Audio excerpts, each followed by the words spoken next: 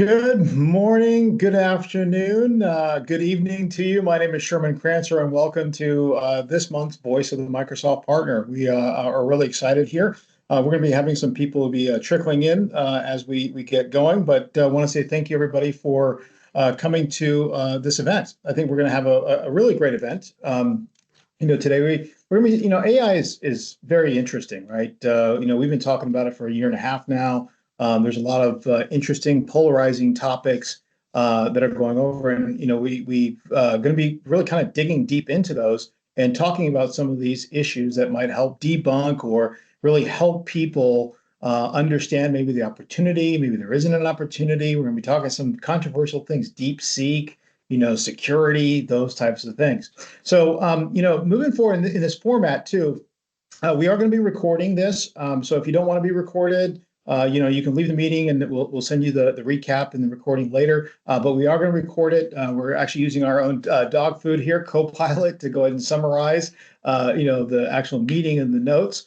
However, what we also want to do is make this a very interactive session. Okay, for this. So we are going to be talking about things. We're going to be kind of posing topics here. But we really want you to do two things. One, we have some polls that we're going to actually be putting up. And number two, if you have questions or you have thoughts or you have, something, that you want to kind of talk about or bring up, go ahead to the chat window, please. We really want to hear from you. I'm going to be calling on people. If it's a simple question, I may just end up reading the question out loud, or I may call on you to say, hey, that's very interesting. Why don't you come off of mute, come off of, put your camera on, and we'd be happy to do this, because that's what we really are trying to do, is try to elicit some really good, deep discussions inside of this event. So with that being said, we have our welcome here. Our agenda is pretty simple. It's listening to me talk a little bit about the welcoming portion of it. And secondly is the partner roundtable, where we actually have a great guest speaker today. So I'm going to go ahead and introduce him. His name is Mark Scott from Diversified Robotic. Hey, Mark, would you mind introducing yourself, kind of a little bit of background, maybe how you work with partners, and this will help us kick off this event today. Yeah, Sherman, thanks a lot. What a beautiful, enthusiastic intro, man. That's some infectious energy you got there. I know everyone knows that about you. So yeah, a little bit about me. My background is my education more specifically is in risk management and insurance. So by nature, I'm a pretty skeptical person. I'm hesitant. I still like to pull the trigger on new ideas, but just that training has kind of infected my thinking a lot. So you're not just getting some evangelist for all things AI. I've got a skeptic eye.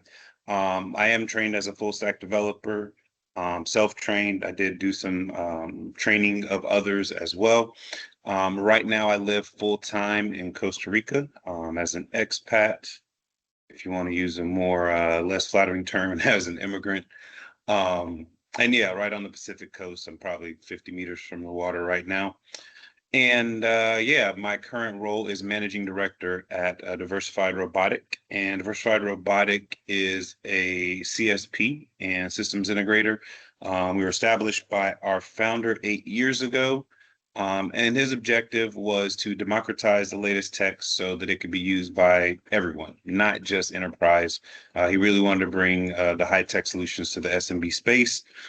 So for many years, we focused on automation because that is just the highest ROI for SMBs because it doesn't have a high cost of development or a high cost of usage, but it does provide a lot of benefit.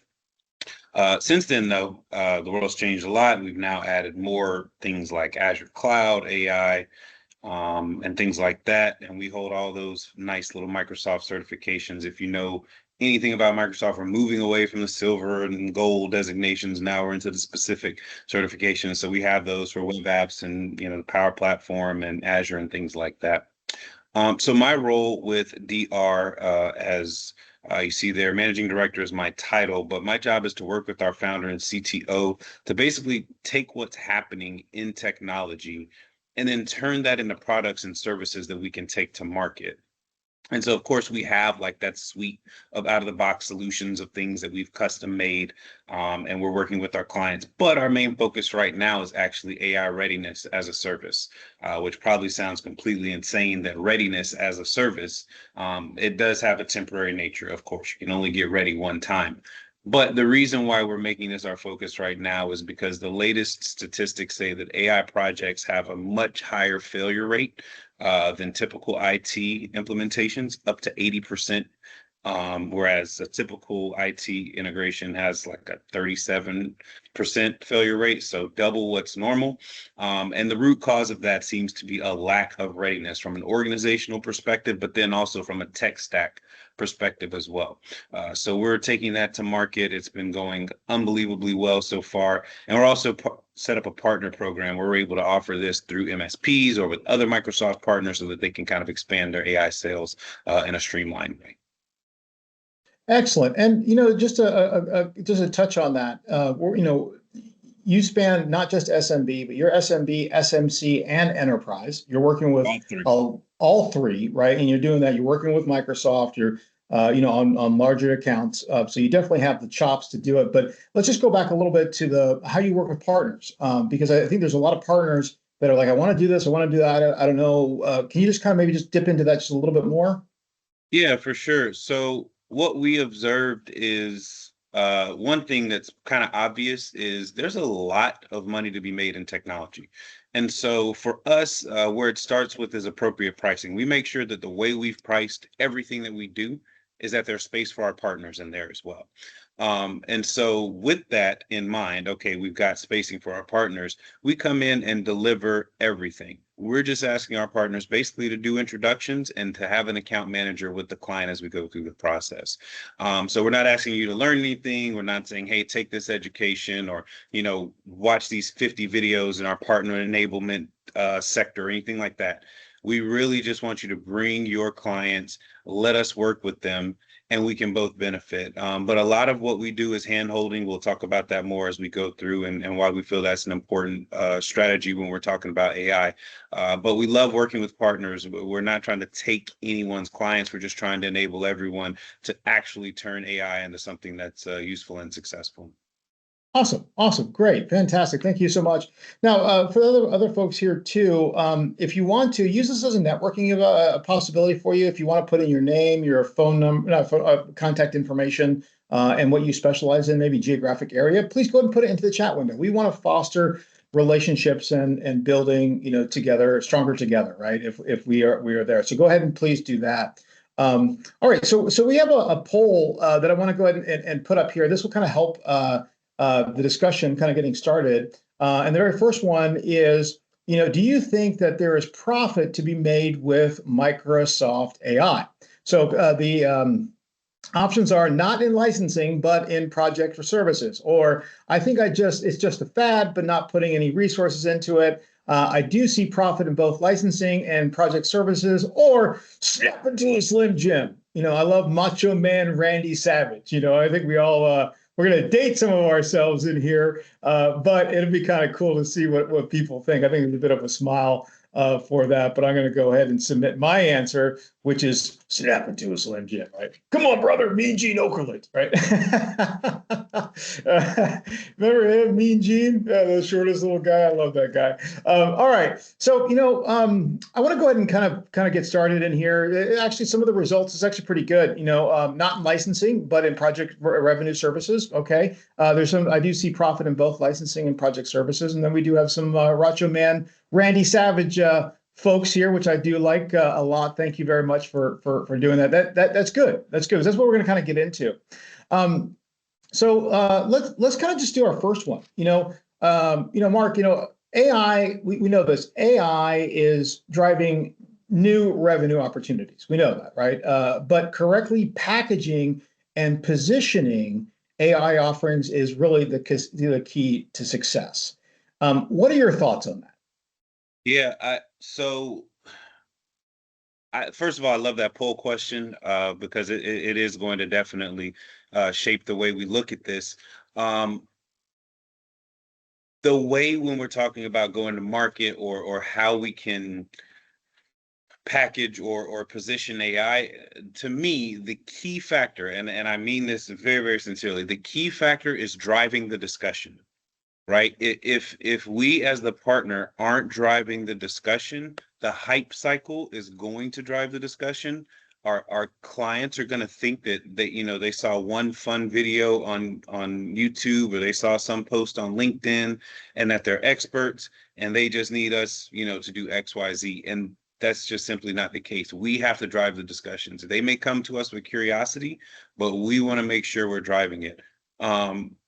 Because if not, we're always going to be chasing this imaginary target, right? This imaginary thing that doesn't even really exist because it's just in their imaginations. People are saying things like, well, I want AI. Okay, press the button on your phone. You got it. That's not specific enough. It has to be a situation where we're guiding them. So if we're not competent in AI, if we're not capable, we can't cash in on any of this revenue. We have to actually understand what AI can do, what it's capable of, so that we're able to drive the conversation. So to me, that's jumping off point number one. If we're going to have any success, we have to be leading that conversation with our clients. I think that is a great answer. And there are kind of two different flavors to AI, right? You have the Copilot piece, right, which is everything's pushing with Microsoft, and then you have the real data and AI. I think the data and AI piece, right, it's understanding that. But after a year and a half, it's all coming down. What I'm hearing over and over again, and I know this is not on our talk track here, but what I'm hearing over and over again, it's getting that data ready in a sandbox that you can utilize the AI resources. And that's a derivative of most people have 29 or 290,000 documents in their SharePoint. And running AI on the 290,000 that date back to 1986, not a good idea, right? You got to get the stuff that's relevant, right? I mean, is that kind of where you're seeing on all, like that's the real value there? That's the piece? Absolutely. So I kind of look at it like this. Your organization, of course, needs to be ready for AI, like just your organization itself. You need certain things happening inside your organization. And we'll talk about that more as we go along. And that's kind of like doing the site works. If we're going to use an illustration of building a home, you wouldn't just start, pouring concrete. You want to do the site works first. You want to do some soil sample. You want to make sure you understand the landscape of what you're working with. The data is the foundation itself, right? You can't do anything without your own data. Just think about this for a second. When we think of the biggest companies in the world, let's exclude the ones that make hardware, right? So the Teslas and that, right? No one that makes hardware. Everyone else, what is their number one asset? It's data. That's how they make money. Meta is only filthy rich because they have information. Every single one of these giant corporations, they recognize the value of information. So now technology has been democratized in such a way that we can do that to ourselves. We can take our own information and the information we have about our clients and use it to get actionable insights. But it has to be organized. It has to be clean. It has to be secured. It has to be in one place. But we can do that for ourselves now. We don't have to wonder what the secret is out. We organize our data, we critique our operations, and now we're able to do things that were just imaginary maybe 4 years ago. Now anyone can do it. But again, you nailed it, Sherman. We have to get our data in order. That's where we build everything related to AI. That's excellent. Thank you. And good clarification on that. I do believe that that's still kind of, what are we doing? Are we just sticking on a license here? And so, no, data is important. So, many partners are struggling with aligning with their AI solutions to Microsoft GTM strategy, right? And ensuring they're leveraging available resources. Have you run into that? Because you work with a lot of Microsoft sellers and people there. What are your thoughts? Yeah, so I just give you a personal experience as it relates to that exact situation. As the emergence of ChatGPT was taking place, we have an enterprise client that we kind of got through our warm market, but they're not, regular. It's like a $14 billion a year company. They're huge, 10,000 employees, like big organization, right? And so we've been working with them from an automation perspective. Well, they came to us, I'd say about 8 months ago, after kind of seeing the hype cycle of what was happening with ChatGPT and OpenAI. And they're like, hey, this was, what month is it now? It's February. So this is probably like last June. So last summer, they come to us and they're like, hey, we would really like to start doing some AI. Now, at this point, we've got an AI team, we've got an AI lead, we have like 9 or 10 developers who only do R&D. Like that is all their job is to do R&D on AI. And even with that, when we talked to our CTO about that opportunity, he said, absolutely not. We're not ready. We're not ready to deliver, even though we already had resources. And the reason that we took that stance is because it was too immature. Our practice was too immature to take on that kind of responsibility. And they didn't have the internal business preparations that are necessary. So they went with another partner, even though we have 8 developers that just work on that company's projects alone. We have a whole segment of our business that's just for that company. And yet, when that opportunity presented itself, we said, for the sake of preserving our long-term relationship, we want to pass for now. They went with another partner. They've started working on a project, I'd say within 30 days of us saying no. They had a use case in mind. They were ready to rock. And that project still isn't done. It was slated to be completed in 90 days, and it still isn't done. In fact, they've come back to us, and now we're going to take it on because enough time has passed and we have maturity. We actually understand how to go to market. We're able to leverage what Microsoft has out there. Our guys are now, they have the highest of the solution badges and things like that. So we feel much more confident. I say all that to say this. It's not necessarily best to be first. It may be better to watch, and I'm sure as we go through our talking track, that'll come up again, but Microsoft's go-to-market strategy has a lot to do with pre-sales activity. And a lot of times we don't want to do the pre-sales activity because it doesn't generate revenue immediately, right? But it's extremely important. We need to understand the businesses that we're helping. If we don't understand where they are and what they're doing an analysis of their current state, we can't build them anything. And so, take the license out of your mind. Forget selling the license. Forget the solution. What does your client do? And once you understand what they do, now you can kind of use the Microsoft go-to-market strategy, and you're able to build a long-term relationship, which is extremely important when we're talking about AI. And maybe to extrapolate on that too, it's understanding that industry that customer is in. If you have a better understanding of that industry and what are some of the maybe best best case scenarios that AI is working well, let's say inside of manufacturing, right? And then, but those and you're prepared to understand those, then you could have better discussions with your potential clients, not just going in and then, hey, we'll do the assessment, figure out what's going on. No, you really need to be armed, right, with more information so that you understand. I think that again, that goes back to that first point, Sherman, is you have to drive the discussion. As the partner, you need to be driving the discussion. You can't let the client drive, because if they know more about AI than us, something's very wrong. Like that should not be. We should know way more about AI than them. So there's no reason. Yes, you have an idea. That's great. Let's not jump the gun, right? Like our children might watch us drive their whole life. That doesn't mean we just, well, hey, you're 15 now. Here's the keys. Now you drive. No way. You're going to get some lessons. You're going to pass a test. I'm going to sit in the car with you, right? That's kind of how we have to do these AI engagements. It can't just be like, oh, you have a great idea. Sure, we'll go make it happen. It doesn't work that way. We need to be driving that. And yes, we need to be armed with information about industry and, of course, that client themselves. Okay, excellent. So this goes right into our next question, our next topic. And please, if you're on the call and you have a dissenting opinion or you have a thought, put it in here because I want to see what your thoughts. So now this kind of goes right into, you and I have talked many times, and you've said this a couple of times, AI is not suited to be an out-of-the-box solution. Okay, I think a lot of our partners are having struggles with this. What do customers actually need? What are your thoughts on that?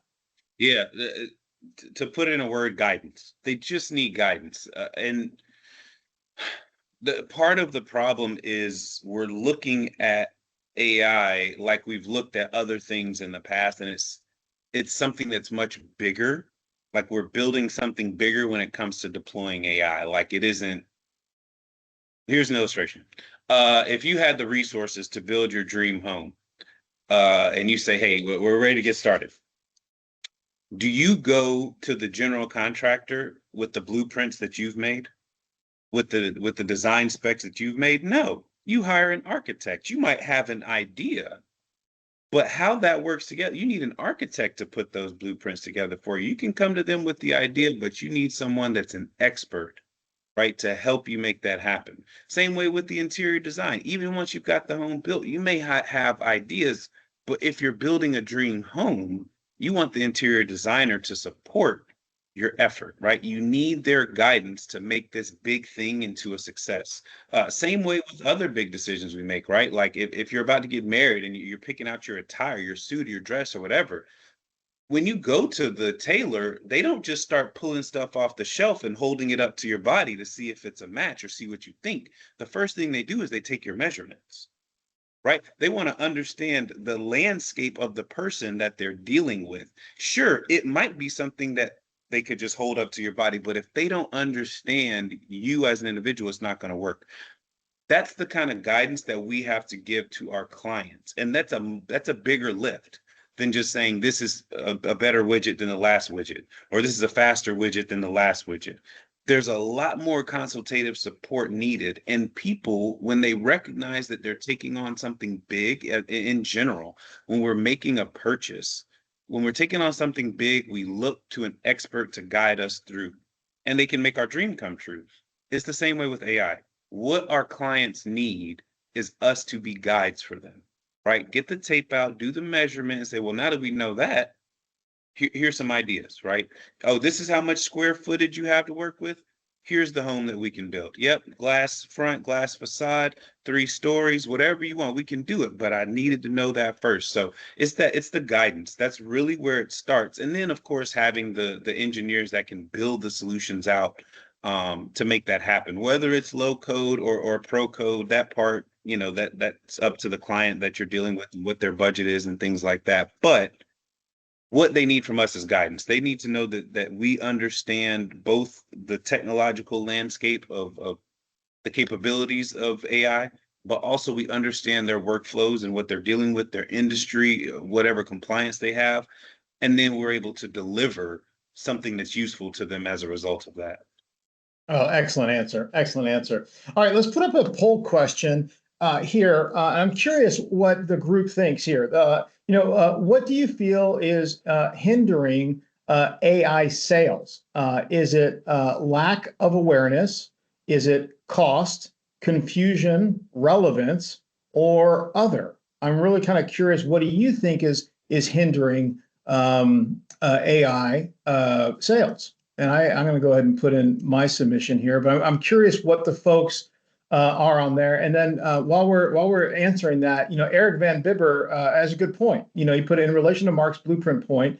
If you're unfamiliar with AI and are avoiding it, you'll not be able to make good decisions about things when others do use it. I think that's excellent, excellent stuff. And then Manju, I like that. In the past, I've used intuition and data to understand the needs. That's a good way of looking at it. But what's also here too is you have lack of awareness.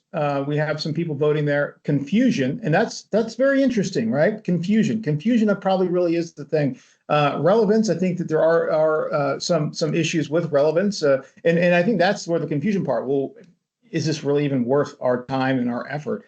But you got to remember, if you think back to Power BI days, right? And remember we had Power BI, and then we built a modern data warehouse, and then we used machine learning to kind of help find better decisions.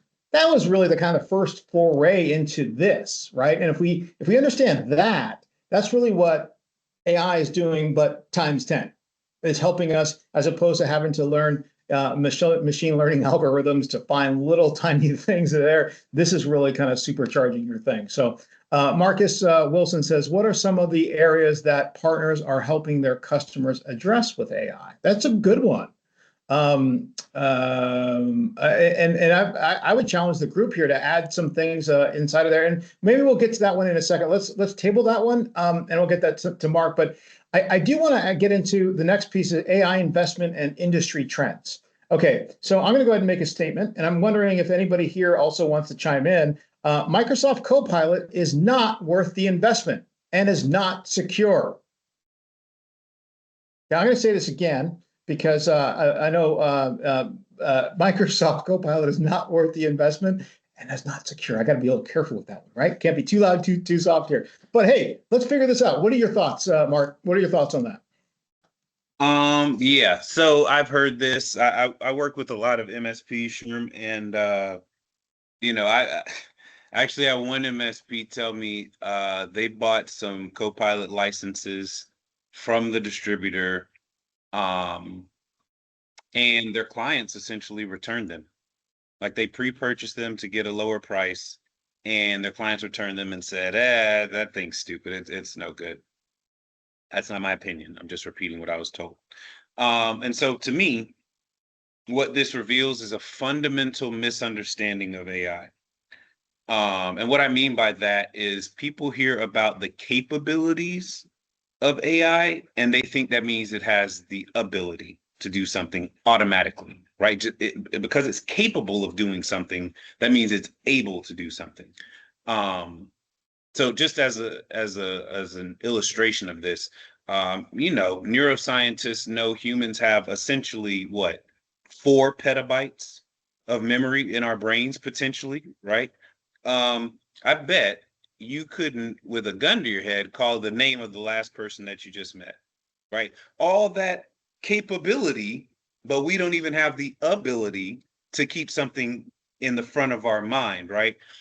This is very, very, very much what's happening with AI is we're making the assumption that because it has the capability to do something, that it is automatically able to do it.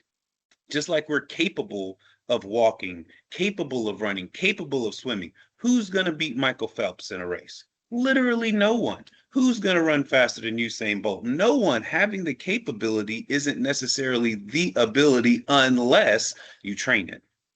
And this is where AI is different, is it has to be trained.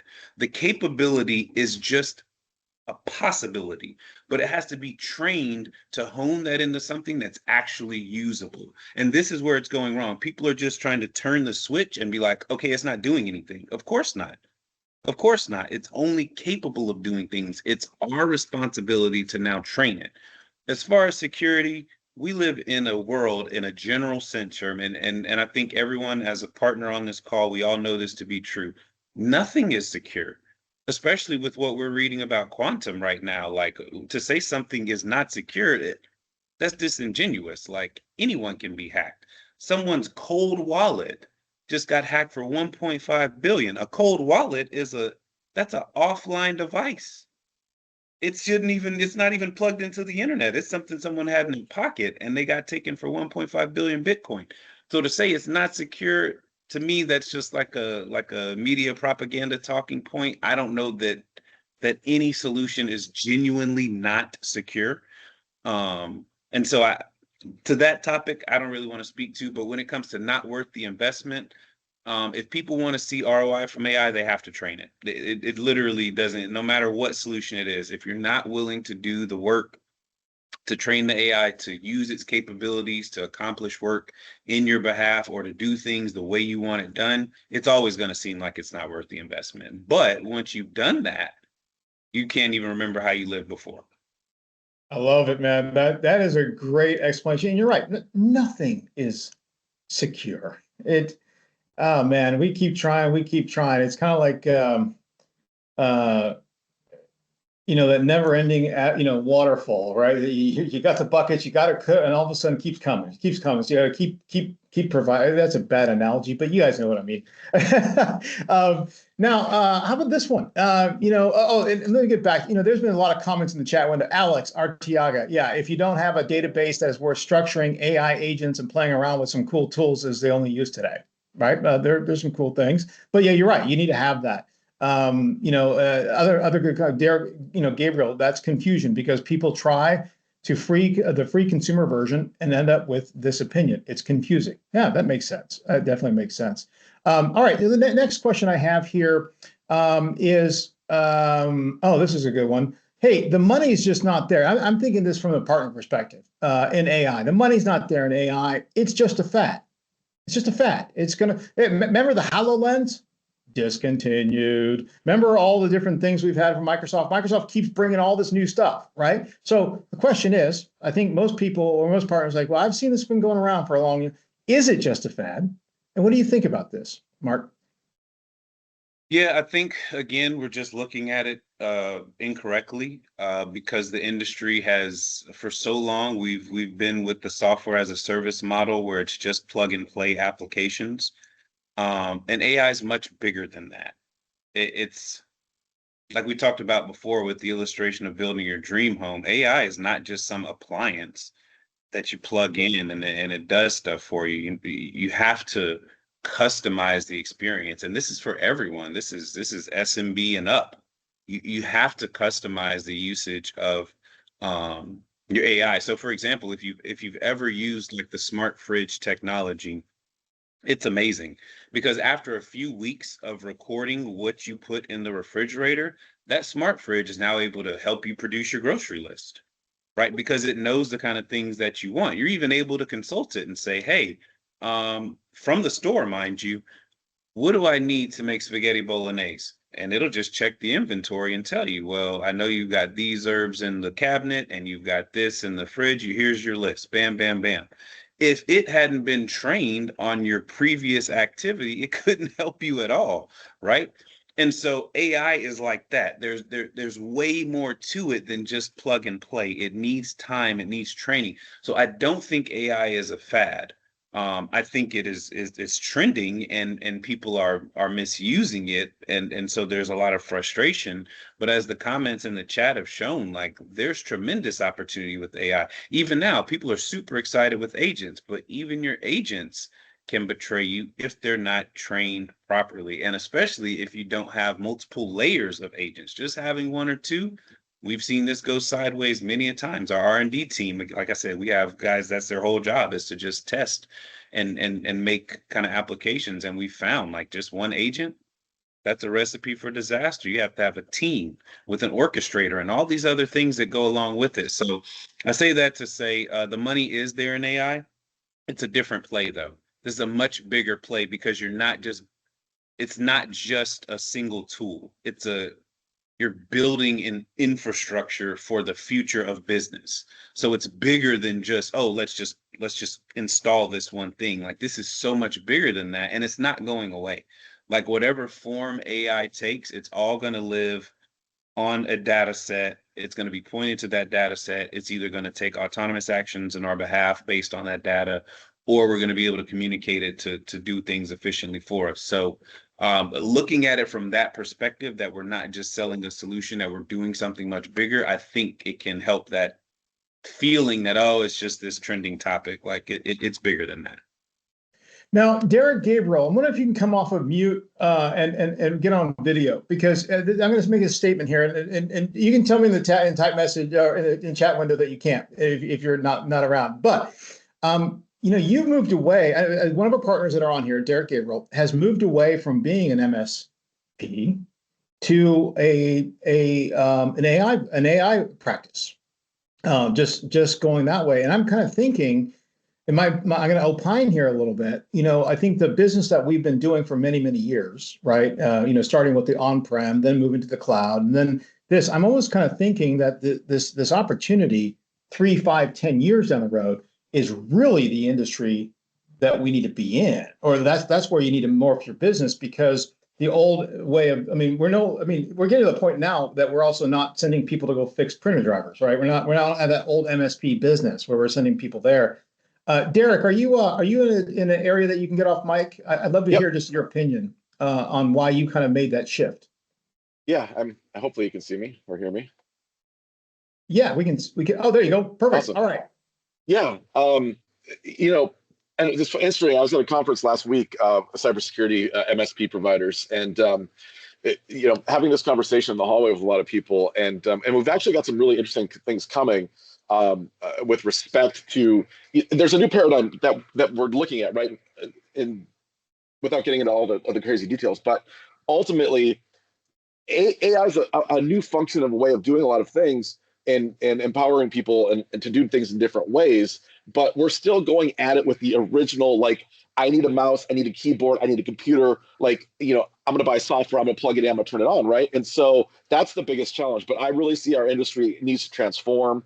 Microsoft's working on automating as much as they can in the security space, in the tech support space, and within the next decade, a lot of the jobs that we have right now are not going to exist the way they exist. And so yeah, that's our focus on AI and Copilot specifically, because Copilot's the most secure and the best tool for business.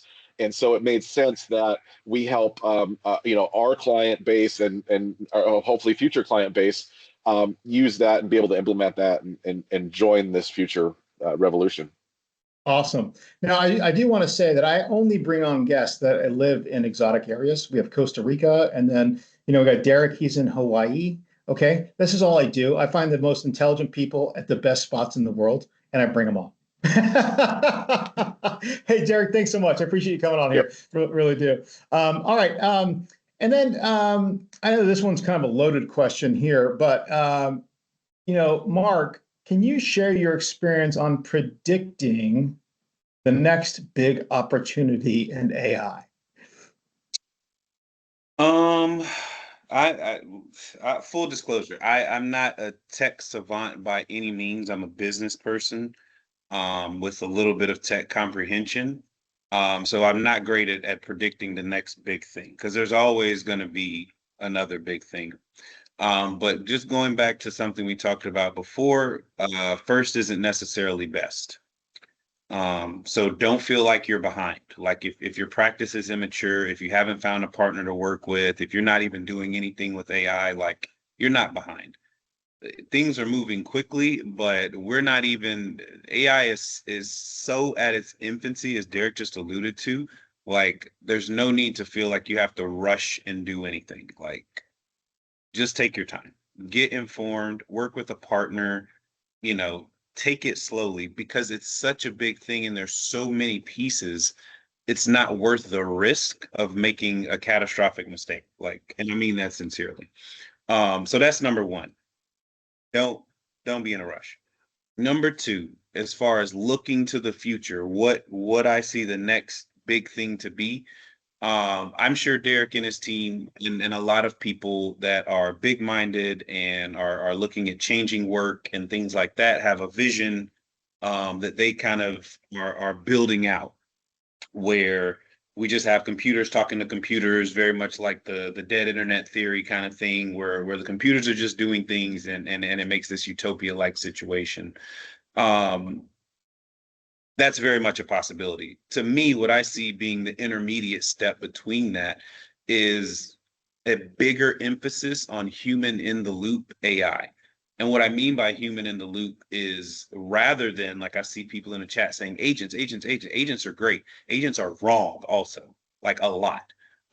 There's a statistic that just came out that said like 60% of AI generated solutions aren't perfectly accurate, and 80% of employees don't check before submitting. So there was a recent thing in the news where, like, the way AI read, I can't remember all the details, but the way AI read a certain research paper, it made an assumption based on the way the page on the PDF was laid out, and it invented this idea. And so when people were doing research, they keep getting this thing, and then they're putting it in their research papers, and it doesn't exist. And so what I see coming is more human in the loop AI, where we're using it almost like as if we're cyborgs, right? Where we're part machine and we're part human. So we send it out to do work in our behalf, and then we check behind it, because the speed at which it can do the work is way faster than we can.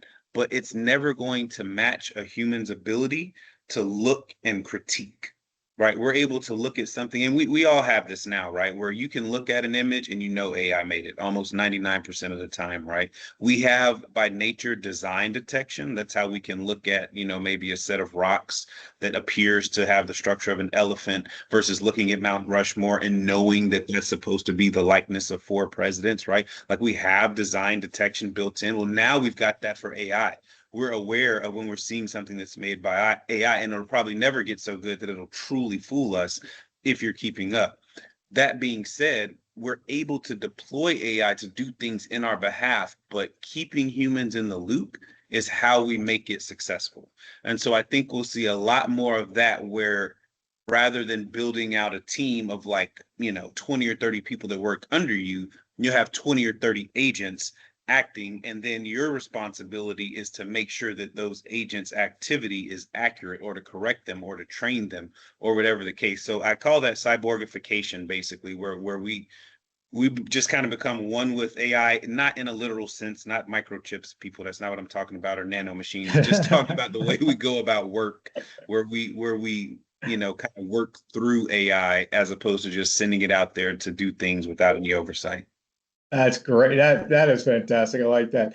And actually, that kind of coincides with we have another poll here. But Marcus Wilson said, and Marcus, thanks so much for putting this. You're providing great information, but we're not AI experts. How do we get started? How have other partners started who really don't have a grasp of AI right now? So I'm going to put a poll up here, and it's very simple. Would you like to be connected to Mark Scott to discuss your AI strategies? If you're uncomfortable with answering this, we're not showing anyone's names, okay? We'll go ahead and just do a facilitated warm introduction. It's very simple. Mark has been gracious enough to allow us to go ahead and put his content, help him, get to some of the partners, talk to you, just talk, figure it out. There might be a partnering opportunity, there may not be, but it's always good to build those relationships out. So go ahead and answer that poll. I really appreciate it. I think we got some responses. Good. Okay.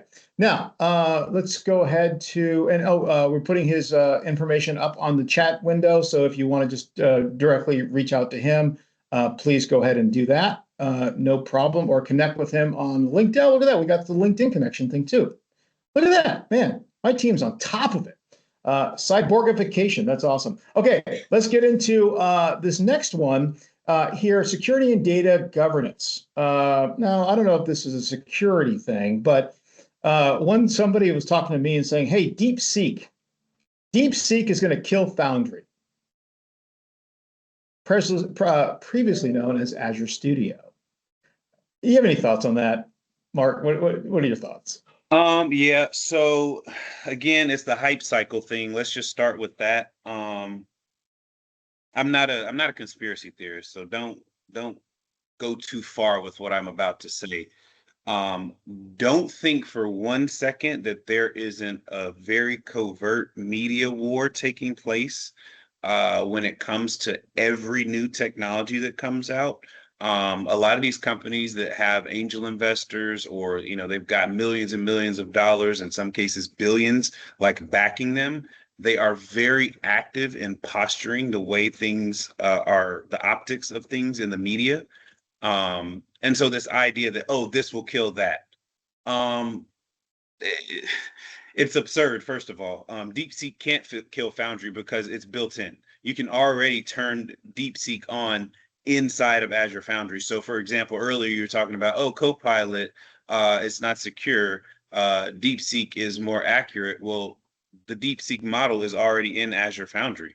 I just had a client literally 2 days ago ask me like, hey, can we switch the model? Can we just switch DeepSeek for, I think we were using Llama. Yeah, no problem. It's already built in. So is it going to kill it? Absolutely not. Just to be transparent for me, obviously we're here because of Microsoft. We're all Microsoft partners.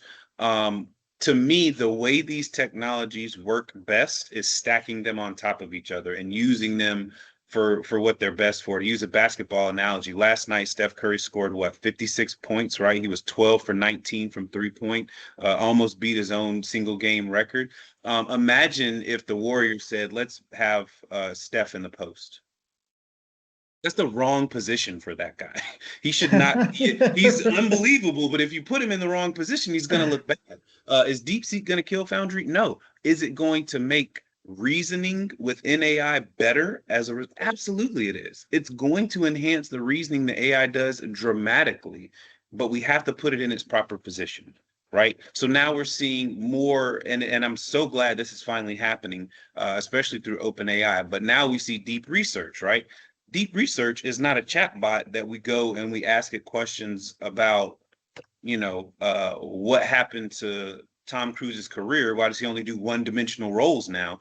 We go and ask it to do deep research. It's very segmented and specific. It's been trained to behave like a PhD, right? To go and do deep research. You can't use ChatGPT to do that sort of activity.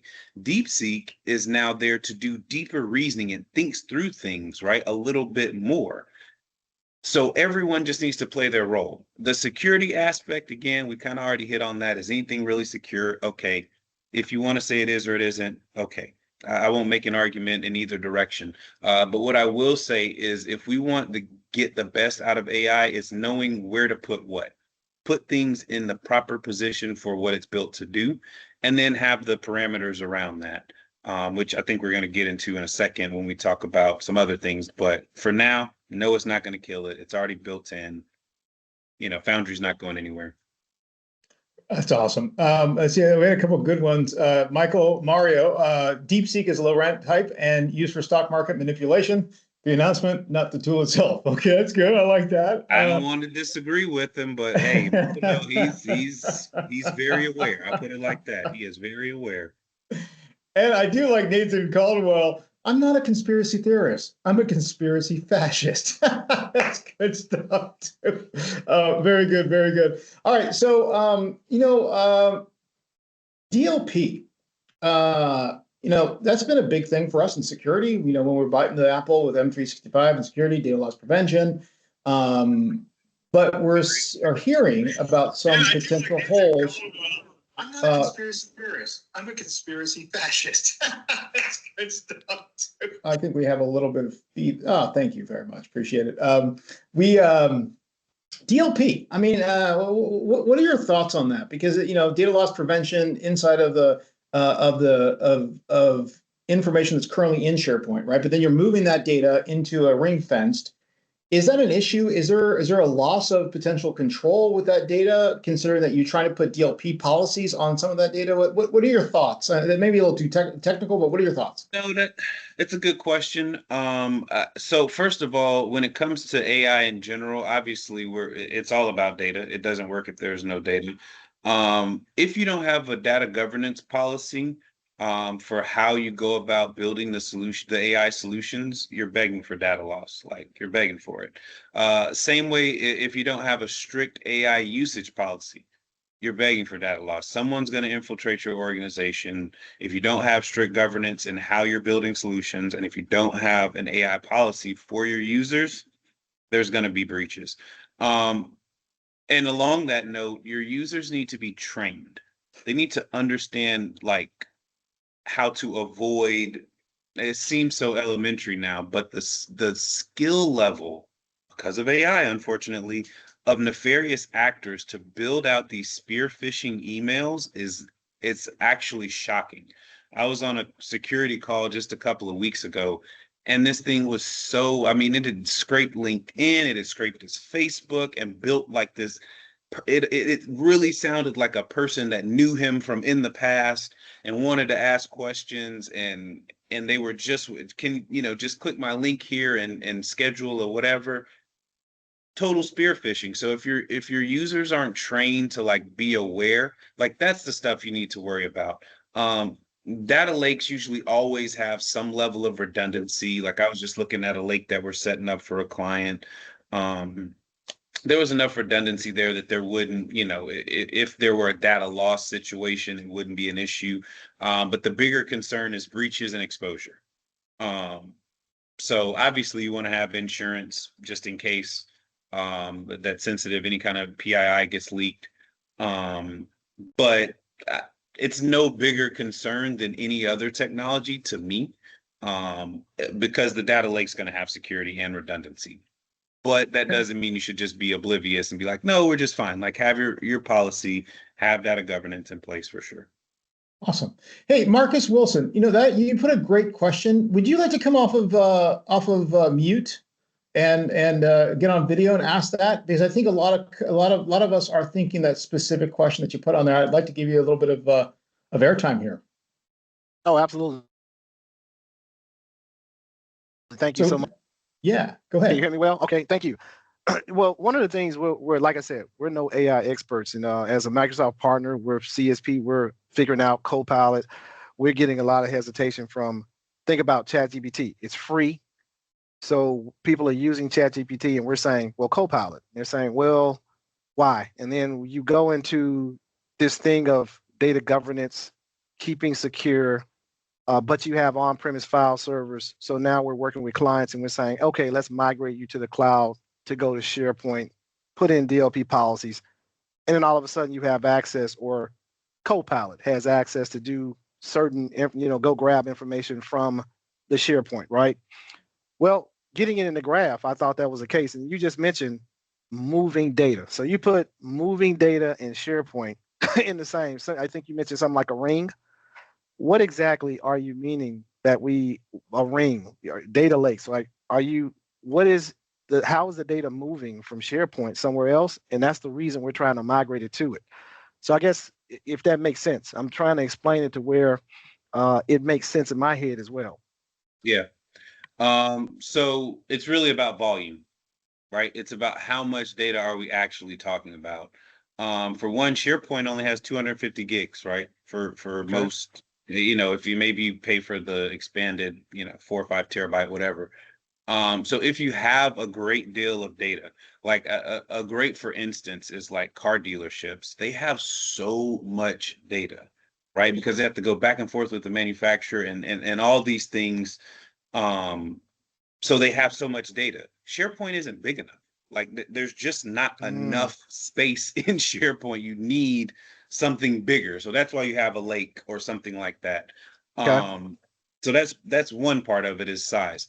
The other aspect of it is, how fast do you need your AI to perform?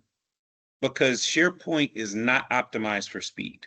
So like, Okay. for example, we've got a client, they are that same client that I was talking about before with the, $14 billion a year company. They're massive. Their HR manual is like 1,000 pages. It's like a novel, right? Because the lawyers Wow. help write it. And so there's a lot that in itself is a massive document, right? And they have all these other company policies that are not necessarily in it. And so there's like manuals and manuals and manuals, hundreds of gigs of data, because there's pictures, because some of what they do is security. And so they have OSHA compliance and blah, blah, blah. There's all these things they have to consider, right? And so they wanted an AI solution that could query all of those things and tell them how to handle situations without a person needing to go look at all those resources. And they didn't want it to take 45 minutes. They wanted to be able to say, hey, there was a violation. It was reported, or it was caught on camera, or whatever the case. We need to quickly get to that employee or that, contractor or whatever, and tell them what the resolution is. So they can just say, hey, here's what happened. So-and-so did this. What are the steps? And it can go in, it can hit all those data points and tell them exactly what to do. And at the end, it says, would you like me to contact them to schedule a meeting?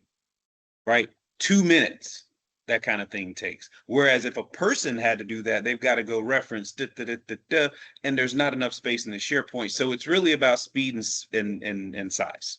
That's the main thing. Also, SharePoint is great for structured data. That's not where you'd want to do a data dump, right? Because you can only Okay. hold 250 gigs anyway. You need a bigger space than SharePoint. So that's why. And there's like, for us internally, this may be a question I think Sherman wanted to ask later, but for us internally, like we use Azure Data Factory. And so we have SharePoints and different data repositories, and it's a secure pipeline to bring it to the data lake and put it in its proper place. It's labeled, it's organized. And so when it comes in, the AI can recognize what it's seeing, and now it updates itself. Now it can make more, right? And so that's really what it boils down to, is it's not that SharePoint is wrong. And we use Graph. It's not to say that we don't. It's just, it depends on the size of the client, and it depends on the size of their data set.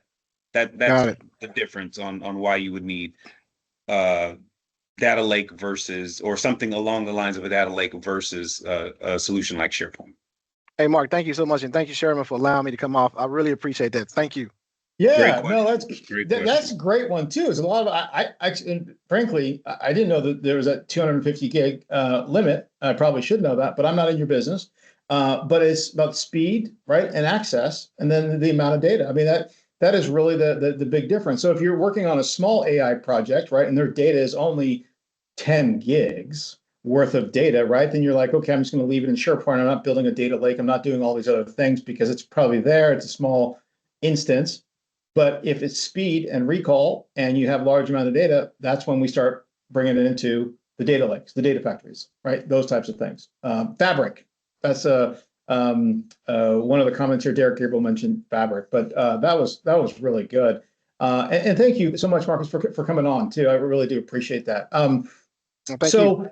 Yeah, that was great, man. That was great. A couple things here. We're at 5 minutes till now. We put these on because we want to dig in and to listen and learn from the best and the brightest. We are always very careful of what we say about ourselves because this is supposed to be a learning place. My team keeps saying, well, Sherman, you never say anything about the Crancer group. And we we don't, I kind of purposely, so I will have to say it because I got it, my team, otherwise they're going to all beat me up here. But we specialize in helping Microsoft partners navigate the Microsoft ecosystem. That's really what we do. We specialize in helping you focus on the top 5 things that will make you the biggest return on investment and help you get all the certifications. That's all. Want to just mention that to you. We'd happy to talk to any one of you individually about your practice, how to streamline, how to increase your incentives and earnings from Microsoft. There's a lot of breakage. There's a lot of little things. So we got one poll here. Yes, please. No, thank you. Duh, we need some help. Go ahead and just answer that. We'd be happy to reach out. When we do reach out, it is just a simple conversation call. We're not trying to sell anything here to anybody. We're happy to work with you if you have some problems. So with that being said, thank you very much. Really do appreciate it. Mark, we have 4 more minutes. Maybe we do one more question and then give me your last thoughts.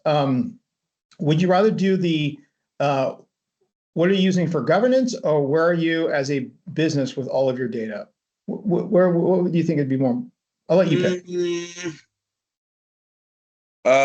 Yeah. So I can talk about our company a little bit when it comes to our data specifically.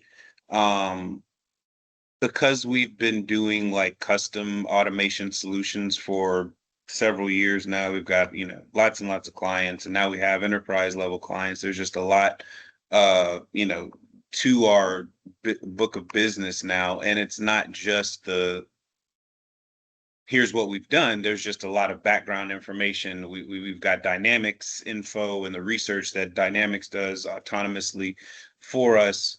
So as I said before, we have our lake, we have the Data Azure factory pipeline to bring the information in. But one thing that is extremely, extremely important, and we have a workshop actually that we do with clients about data, and that is having your data cleaned, tagged, or labeled, and at a single source of truth. The reason why this is important is because there's a lot of redundancy. Most of our clients use, 9 different SaaS, right? In a day-to-day operation, right? You might have Teams and Slack and Monday and this, and maybe you've got a legacy thing that you're still having to update because your migration to your new CRM isn't done. And right? You've got all these data sources. And the problem is when you send your AI solutions out to help you make decisions or to understand your business, if it has to check every single one and there's competitive information, you're either going to get a hallucination or you're just going to get something that's not accurate. And that is the polar opposite of what we want AI to do. We want it to be accurate. And so having that data lake is like a single source of truth. It brings everything into a single place, and we just tell the AI, look here, just look in this one place. Forget the internet. Don't go online and do anything. Just look in this data lake and give me this information back. And the accuracy through the roof immediately, just fencing off what it can go to for sourcing information was tremendous. And we're even seeing this with our clients. Some people, oh, look at 12 different SharePoints. Why? Let's just put it all in a lake. And they're like, oh my gosh, we went from 78% confidence interval to 95 or 98 just from that one step. So that's something we believe in really heavily. And like I said, we do workshops to help clients with that. So yeah, that's where we are with our data, and we're not mature. We're still growing just like everyone else. We're still doing our research. We're still figuring things out. But we feel good about it, and we're getting actionable insights every single day. That's awesome. Mark, thank you so much for coming today. This is probably one of the best that we've had. I love the conversation. Your input's been fantastic. My team, just for the group here, my team has put the link. Many of you have already registered for the whole year, just every month, but here's a link. Invite your other colleagues, other partners to this, because remember, this is kind of a safe space, and we're very careful about commercializing the sucker. We really want this to be a place that we can all learn and talk to each other and get there. So please take that link. If you haven't registered for the rest of the events or want us to register you for the rest of the year, we'll do that. But send it over. We'd certainly appreciate it. And maybe we'll start a contest of who can invite the most people. I don't know. Anyways, thanks again, Mark. Once again, really appreciate it. To everybody who's joined the call, thank you very much. We'll have the recording available. Thank you again. Have a great afternoon. This has been a great discussion. Really appreciate everyone's attendance. Have a good day. Bye-bye. Thanks, everybody.